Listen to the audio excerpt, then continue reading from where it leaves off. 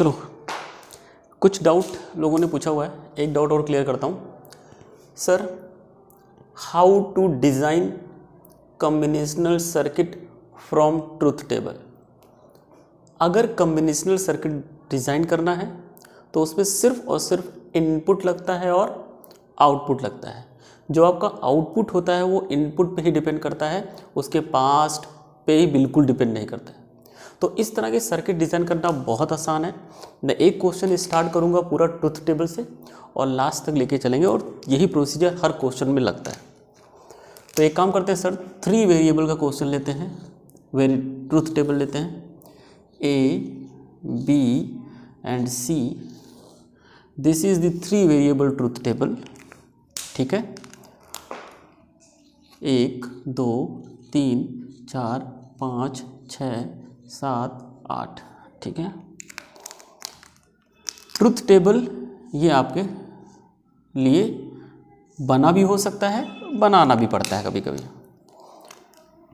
1 2 3 4 5 6 7 8, 1 2 3 4 1 2 3 4। Sir ये truth table है और इस ट्रुथ टेबल में 3 नंबर ऑफ वेरिएबल है, 3 इनपुट है। मान लेते हैं इस क्वेश्चन में सिर्फ और सिर्फ एक आउटपुट है, कुछ भी वो आउटपुट है। अब उस क्वेश्चन में आपको उसने बोला हुआ है कॉम्बिनेशनल सर्किट ड्रॉ करिए ट्रुथ टेबल के अकॉर्डिंग, और आउटपुट उसने एज्यूम किया हुआ है यहाँ पे 0 है, यहाँ पे 0 है, यहाँ पे 0 है, यहाँ पे 1 है, यहाँ पे 0 है, यहाँ पे 0 है, यहाँ पे 0 है और यहाँ पे 1। सो पहले तो चीज़ ट्रुथ टेबल में देख लो कितने आउटपुट हैं।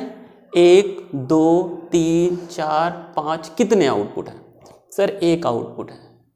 अगर 2 आउटपुट भी होते तो भी कोई दिक्कत नहीं, 3 आउटपुट होते तो भी कोई दिक्कत नहीं, 4 डिफरेंट हो सकते, उससे कोई फर्क पड़ने वाला नहीं। सर एक आउटपुट के लिए जैसा जैसा प्रोसीजर आप फॉलो करोगे, दूसरे आउटपुट के लिए भी वही प्रोसीजर फॉलो करोगे, तीसरे आउटपुट के लिए भी वही प्रोसीजर फॉलो करोगे, इसलिए आप बार बार बना नहीं रहे हो। ठीक है सर, एक आउटपुट के लिए सिखा दो, इस ट्रुथ टेबल वेरिएबल इतने ही रहेंगे, आउटपुट कई भी हो सकते हैं। सर आपने लिखना सिखाया था कि जो आउटपुट लिखा जाता है वो सम ऑफ प्रोडक्ट फॉर्म में भी लिखा जा सकता है और प्रोडक्ट ऑफ सम फॉर्म में भी लिखा जा सकता है। सम ऑफ प्रोडक्ट आप जब लिखते हो एक्सप्रेशन तो आप देखते हो आउटपुट में कहाँ कहाँ पे 1 है। तो अगर आप ध्यान से देखो, this is your 0, this is 1, this is 2, this is 3, this is 4, this is 5, this is 6 and this is 7। अगर आप आउटपुट ध्यान से देखो सर, आपका आउटपुट 1 कहाँ पे है? सर 3 पे है। और आपका आउटपुट कहाँ पे है? सर 7 पे है। ठीक है, तो सम ऑफ प्रोडक्ट फॉर्म का जो एक्सप्रेशन होता है वो लिखा जाता है output is equal to summation time, this is m for minterm. कहाँ कहाँ 1 है? सर 3 पे 1 है और 7 पे 1 है। तो ये जो 3 है और ये 7 है ना, इसको कहते हैं मिन टर्म।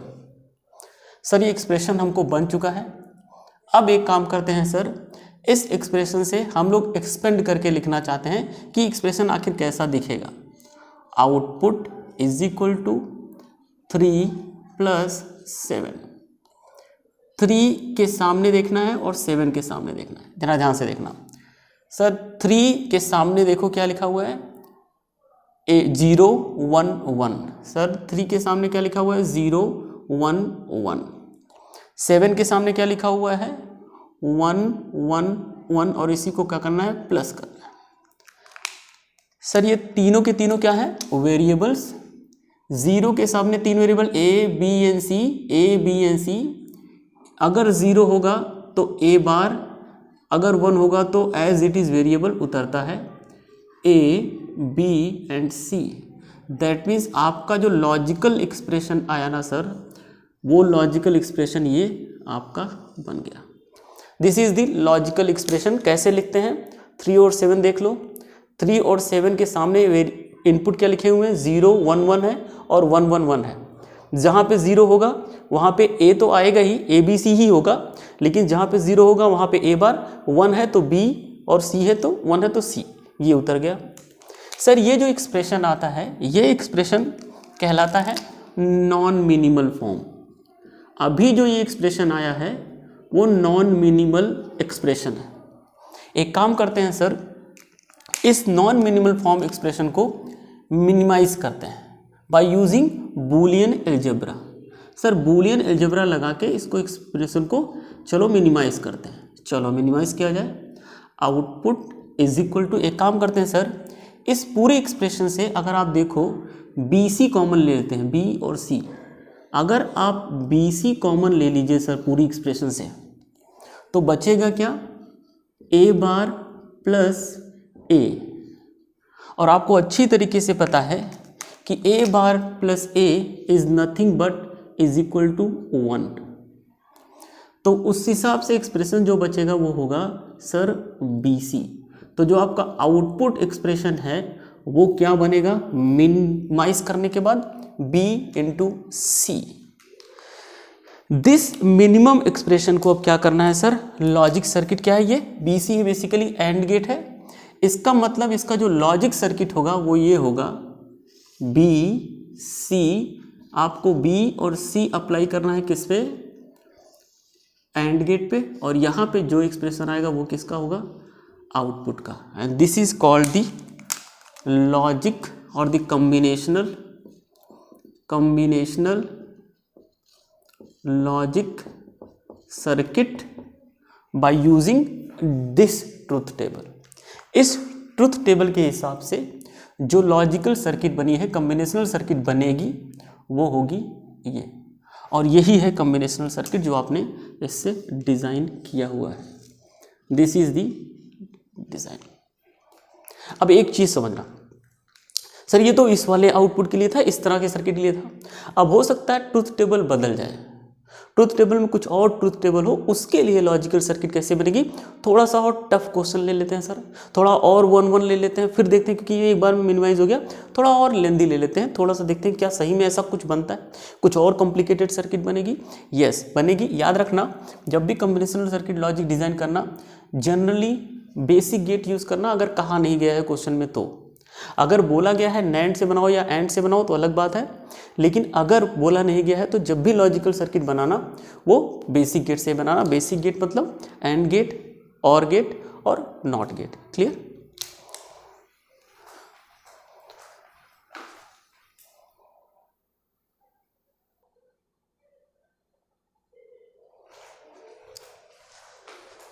तो चलो दूसरा क्वेश्चन देख लेते हैं।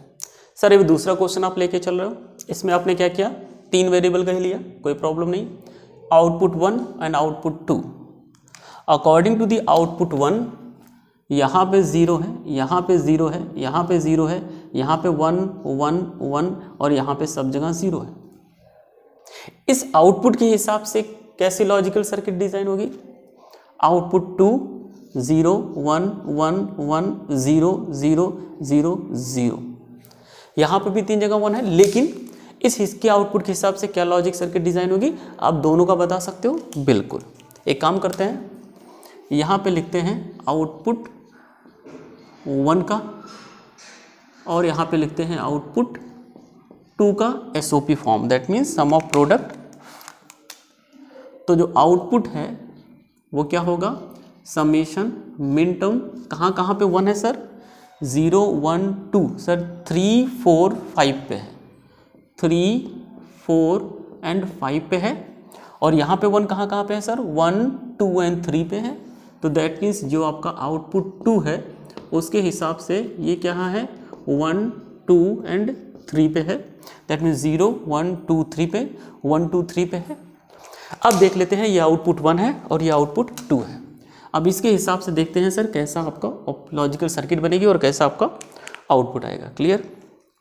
चलो सर 3 4 5, तो ज़रा ध्यान से देखो, 3 के सामने क्या लिखा हुआ है सर, 0 1 2 3 4 5 6 एंड 7।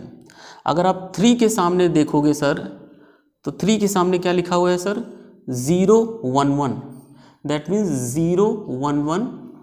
4 के सामने क्या लिखा हुआ है सर, 1 0 0, और 5 के सामने लिखा हुआ है 1 0 1। 1 के सामने क्या लिखा हुआ है, 0 0 1, और 2 के सामने क्या लिखा होगा 0 0 1 0 और 3 के सामने लिखा होगा 0 1 1, दैट मीन्स 0 1 1। अब आउटपुट कैसे होगा सर?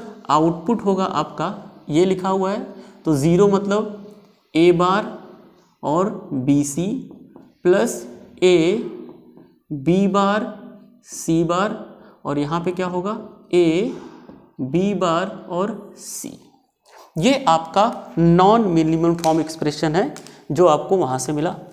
इसके केस में देख लेते हैं सर। इसके केस में अगर आप देखोगे आउटपुट 2 के केस में sir, so A bar B bar and C plus इसका क्या होगा सर, इसका है 0 1 0, that means A B and C bar plus इसके लिए sir A bar B and C. Sir ये मिनिमल फॉर्म है? नहीं, ये नॉन मिनिमल फॉर्म है। इसको चलते हैं हम लोग बूलियन अलजेब्रा यूज़ करेंगे। सर एक काम करिए, बूलियन अलजेब्रा यूज़ करिए और इसको मिनिमाइज़ करते हैं। तो मिनिमाइज़ किया जाए, मिनिमाइज़ जब करेंगे तो सर एक काम करते हैं, यहाँ से कॉमन लेते हैं। कुछ देखिए कुछ आ रहा है कॉमन क्या सर? अगर यहाँ से देखेंगे तो ज़्यादा कॉमन नहीं आ रहा है क्योंकि ए बार अलग है, बी बार है, सी बार अलग अलग है। यहाँ से देख लेते हैं सर, तो अगर आप ऑब्जर्व करोगे ए और बी बार इसमें कॉमन है। इन दोनों में अगर देखोगे तो ए बी बार कॉमन है, तो इसको पहले वाले एक्सप्रेशन को ऐसे ही रखते हैं और इस वाले एक्सप्रेशन को क्या करते हैं, ए बी बार को कॉमन लेते हैं और बचेगा क्या सी बार प्लस सी।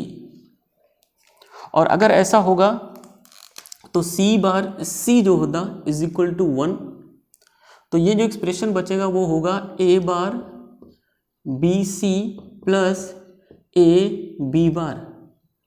अब तुम अगर ऑब्जर्व करो ये एक्सप्रेशन, ये इस एक्सप्रेशन में कुछ भी कॉमन नहीं है। A bar B C A B bar B common नहीं है, सी भी अलग नहीं आ रहा है, ए बार कॉमन नहीं है, कुछ भी कॉमन नहीं आ रहा है। तो आप यहीं पे आप रुक जाइए क्योंकि अब कुछ कॉमन आ नहीं रहा है। So this is the output expression for the output number 1। इसके हिसाब से जो सर्किट बनेगी, लॉजिकल सर्किट बनेगी, वो क्या बनेगी sir, A bar that means A bar आएगा और यहाँ से क्या आएगा बी एंड यहाँ से क्या आएगा सर सी। और ये किस गेट से जाएंगे सर, ये आपके एंड गेट से आएंगे। फिर इसके बाद क्या होगा सर, ए और बी बार, दैट मीन्स ए आप यहीं से ले लीजिए सर, ए यहाँ से आ रहा है और उसके बाद क्या लेना है sir B bar. So that means B bar लेने के लिए आप एक नॉट गेट लगा दीजिए। सो यहाँ पे क्या मिल रहा होगा बी बार और इसको पास किससे कराना है एंड गेट से, और इन दोनों को पास किससे कराना है सर आपका और गेट से। और यही है आपका आउटपुट नंबर 1। और यही सर्किट डायग्राम क्या है, ये जो सर्किट डायग्राम है यही वो कॉम्बिनेशनल लॉजिक सर्किट है जो आपको डिज़ाइन करने के लिए बोला गया था।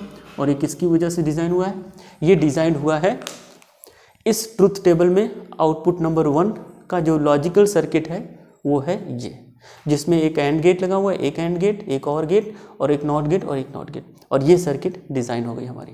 कैसे डिज़ाइन हुआ दिख गया होगा। सिमिलरली सर वहाँ पे चलते हैं, सेम प्रोसीजर है।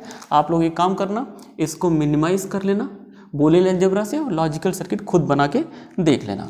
फॉर एग्जांपल मैं मिनिमाइज़ करके दिखाने की कोशिश करता हूँ। सर अगर आप इसमें ध्यान से देखोगे तो इसमें कॉमन क्या है सर, इसमें ए बार बी कॉमन है दूसरे वाले में, तो ए bar B bar C plus इसमें कॉमन क्या है सर ए बार और बी कॉमन है, तो सी बार प्लस सी बचेगा और ये होता है इज इक्वल टू 1। तो अब हमारे हिसाब से यहाँ पे क्या बचेगा सर, यहाँ पे बचेगा A bar B bar C plus A bar B. अब ज़रा ध्यान से देखो, इसमें ए बार कॉमन है, तो सर ए बार इसमें कॉमन है तो एक काम करते हैं ए बार बाहर ले लेते हैं और इसमें क्या बचेगा B bar C plus B. अगर अब थोड़ा बहुत आपको याद आ रहा होगा तो ये डिस्ट्रीब्यूशन फार्मूला लगेगा यहाँ पे। अगर आप देखो तो ए बार अंदर रहेगा और इसके अंदर क्या होगा बी, ये एक बार इससे प्लस होगा और एक बार इससे, that means B bar plus B into B plus C, ये एक्सप्रेशन होगा। और उस हिसाब से sir B bar B again क्या हो जाएगा 1 और 1 into B plus C is equal to B plus C, तो लास्ट में एक्सप्रेशन बनेगा ए बार बचेगा क्या, बी प्लस सी, और उस हिसाब से एक्सप्रेशन क्या बचेगा, A bar B plus A C. This is the output number 2। और उस आउटपुट नंबर 2 के लिए अगर आप देखो एंड गेट लगेगा, एक एंड गेट इसके लगेगा, दोनों एंड गेट का और गेट पे लगा दोगे, वो आपको आउटपुट मिलेगा। लॉजिकल सर्किट इसी तरह दिखेगी, सिर्फ उसमें देखो सी वाला इनपुट एक जगह इसमें सी वाला आएगा, इसमें सी नहीं आएगा। यहाँ पे 3 इनपुट एंड गेट लगा था, वहाँ पे 2 इनपुट ही लगेगा। और ये लॉजिकल सर्किट आप लोग बना लेना, ठीक है। उसका लॉजिकल सर्किट आराम से बन जाएगा इस तरीके से। तो ये जो जितने भी क्वेश्चन आपके आते हैं लाइफ में, ये इसी पे बेस्ड होंगे। या तो क्वेश्चन में आपको ये ट्रुथ टेबल देगा, सुन लेना, या तो ये ट्रुथ टेबल नहीं देगा, डायरेक्टली ये एक्सप्रेशन देगा, और उस एक्सप्रेशन से ये लॉजिकल सर्किट पूछता है। अगर बहुत ही टफ इजी हुआ तो 3 वेरिएबल का देगा, और अगर 3 वेरिएबल का देता है तो 3 वेरिएबल का भी बूलियन अलजेब्रा से आप लोग आसानी से मिनिमाइज कर सकते हो। 3 वेरिएबल आसानी से मिनिमाइज कर सकते हो। अगर कहीं गलती से उसने यहाँ पे ट्रुथ टेबल 4 वेरिएबल का बना लिया, 4 वेरिएबल का जब भी ट्रुथ टेबल बनाएगा, याद रखना जो भी मिनटर्म यहाँ पे लिखेगा उसको मिनिमाइज करने के लिए 3 वेरिएबल बूलियन अलजेब्रा यूज़ करोगे तो बहुत बड़ा पड़ेगा। तो जनरली 3 वेरिएबल में भी बूलियन अलजेब्रा यूज़ कर लेना, लेकिन 4 के लिए कभी भी बूलियन अलजेब्रा यूज़ करना, सिर्फ और सिर्फ के मैप यूज़ करना, ठीक है। लेकिन हाँ, 3 वेरिएबल के लिए बूलियन अलजेब्रा आप यूज़ कर सकते हो, क्योंकि आपको पढ़ाया गया है और बताया गया है ये सारी चीज़ें कि कैसे होता है, ठीक है। इतना ही है तुम्हारे इस पूरे digital how to design combinational circuit from the truth table.